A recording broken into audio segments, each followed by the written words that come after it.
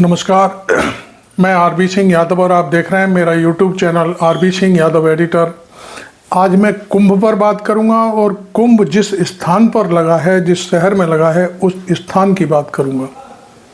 अभी मैं 2 दिन उधर घूम कर आया, तब देखा, कई बातें की और आज मैंने उस चीज़ को पूरी तरह से सामने देखा। चूँकि पार्लियामेंट में समाजवादी पार्टी के सांसद उज्ज्वल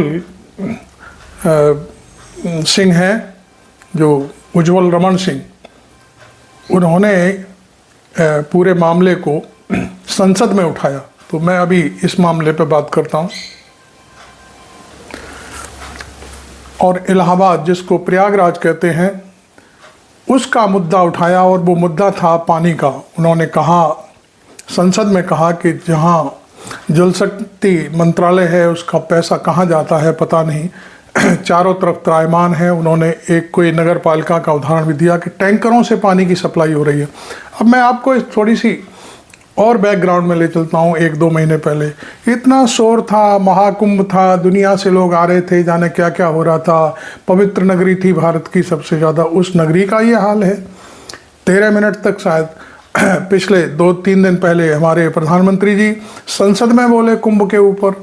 हालांकि बहुत सारी बातें कही उन्होंने, सब कुछ कहा। एक चर्चा ये भी आई कि उन्होंने कुंभ की जो व्यवस्थाएं थी ठीक ठाक थी, उनके लिए योगी जी का नाम नहीं लिया। तो ये कुछ बातें तो अंदरूनी उनकी पार्टी की, उनकी सरकार की हैं। लेकिन मैं ये कहना चाहता हूँ कि जिस प्रयागराज पर अरबों खरबों रुपया खर्च किया गया, वहाँ पानी की व्यवस्था नहीं है। आप उज्ज्वल रमन सिंह हैं, जो रेवती रमन सिंह के पुत्र हैं, वो सांसद हैं वहाँ से।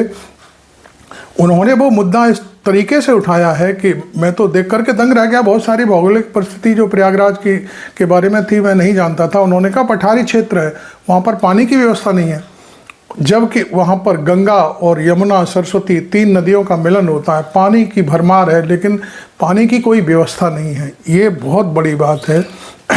मैं आपको बता दूं कि रेलवे का एक टूंडला रेलवे स्टेशन है, यमुना नदी से वो मैं समझता हूँ कम से कम भी होगा तो 5 किलोमीटर दूर होगा। किस ज़माने में रेलवे बिछी थी और किस ज़माने में अंग्रेज़ों का राज था, वहाँ से यमुना पर पंप बना करके और वहाँ की पानी की सप्लाई की जाती थी, जिससे रेलवे के इंजनों में पानी भरा जाता था उस ज़माने में जब भाप के इंजन चलते थे। करना तो बहुत कुछ होता है, कोई करना चाहे तब ना। लेकिन आज केवल कब्र के नीचे औरंगजेब ढूंढा जा रहा है और संभल में मंदिर के नीचे मस्जिद ढूंढी जा रही है। सिर्फ इसके अलावा मुझे तो लगता है कुछ है नहीं। तो खैर, मैं अब थोड़ा सा एक जो वीडियो उज्ज्वल रमन सिंह का है संसद में, उसको मैं आपको सुना देता हूं। सुनिए वो क्या कह रहे हैं, उसके बाद फिर मैं आता हूं। महोदया, मैं धन्यवाद देना चाहता हूं। आपने इस महत्वपूर्ण विषय पर बोलने का मौका दिया है।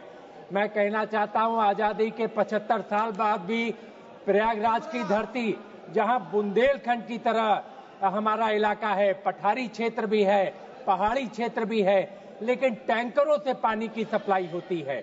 मैं कहना चाहता हूं, शंकरगढ़ टाउन एरिया है, जहां गर्मियों के मौसम में टैंकर से आज पानी दिया जाता है। जल शक्ति मंत्रालय का पैसा कहां जाता है पता नहीं चलता है।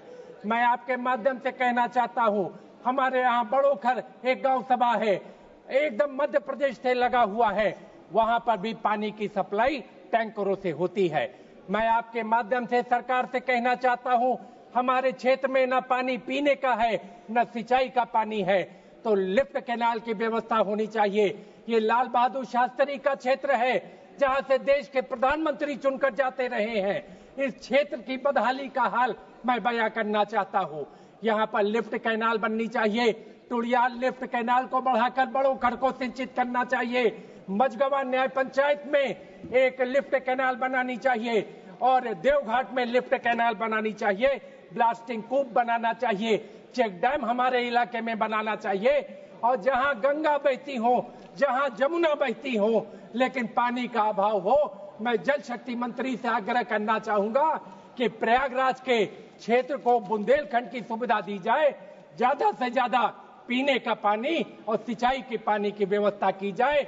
और लाल बहादुर शास्त्री जैसे नेता, जिन्होंने अपना पूरा जीवन देश के लिए समर्पित कर दिया।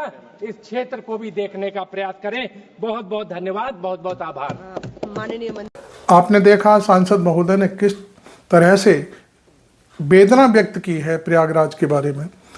इस तरह की बातें दूसरे सांसद तो मैं बोल भी नहीं पाते। जो भारतीय जनता पार्टी के सांसद हैं वो अपने क्षेत्रों की आवाज़ नहीं उठा पाते क्योंकि उनको अनुमति नहीं होती।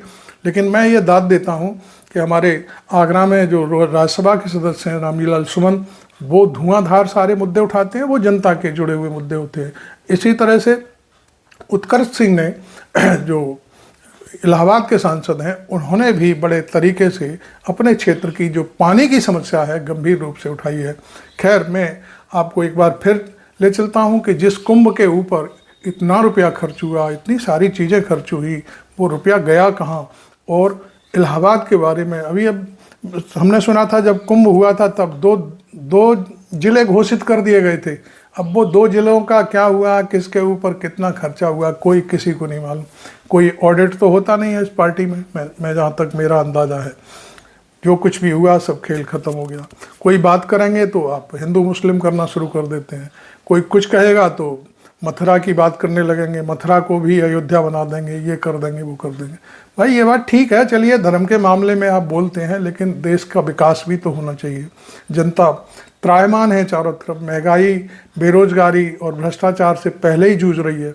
अब पानी की समस्या है। पानी की समस्या प्रयागराज में इस समय उठना बहुत लाजमी है क्योंकि ये समस्या, मैं आपको बता दूं, गर्मी आने वाली है। ये बात कल मुझे वर्बली तौर पर जो भोलानाथ यादव हैं, विधि की किताबें लिखते हैं, राजस्व के ऊपर किताबें लिखते हैं, 35 किताबें लिखी हैं, कल मेरी उनसे बात हुई इलाहाबाद में, तो उन्होंने भी ये बात कही थी कि पानी की समस्या है। और शहर तो चलो हो जाता है, लेकिन जो बाहरी इलाका है उसमें पानी की बहुत भारी समस्या है, क्योंकि वो भी देहात के रहने वाले, उन्हें सारी चीज़ें मालूम हैं। तो खैर, आपको ये वीडियो, ये जानकारी अच्छी लगी हो तो आप लाइक कर लें, और चैनल सब्सक्राइब नहीं किया है तो सब्सक्राइब करें। हम आपको इसी तरह के टॉपिक, इसी तरह की बातें आपके सामने रखते रहेंगे। Thank you very much. मैं आरवी सिंह यादव।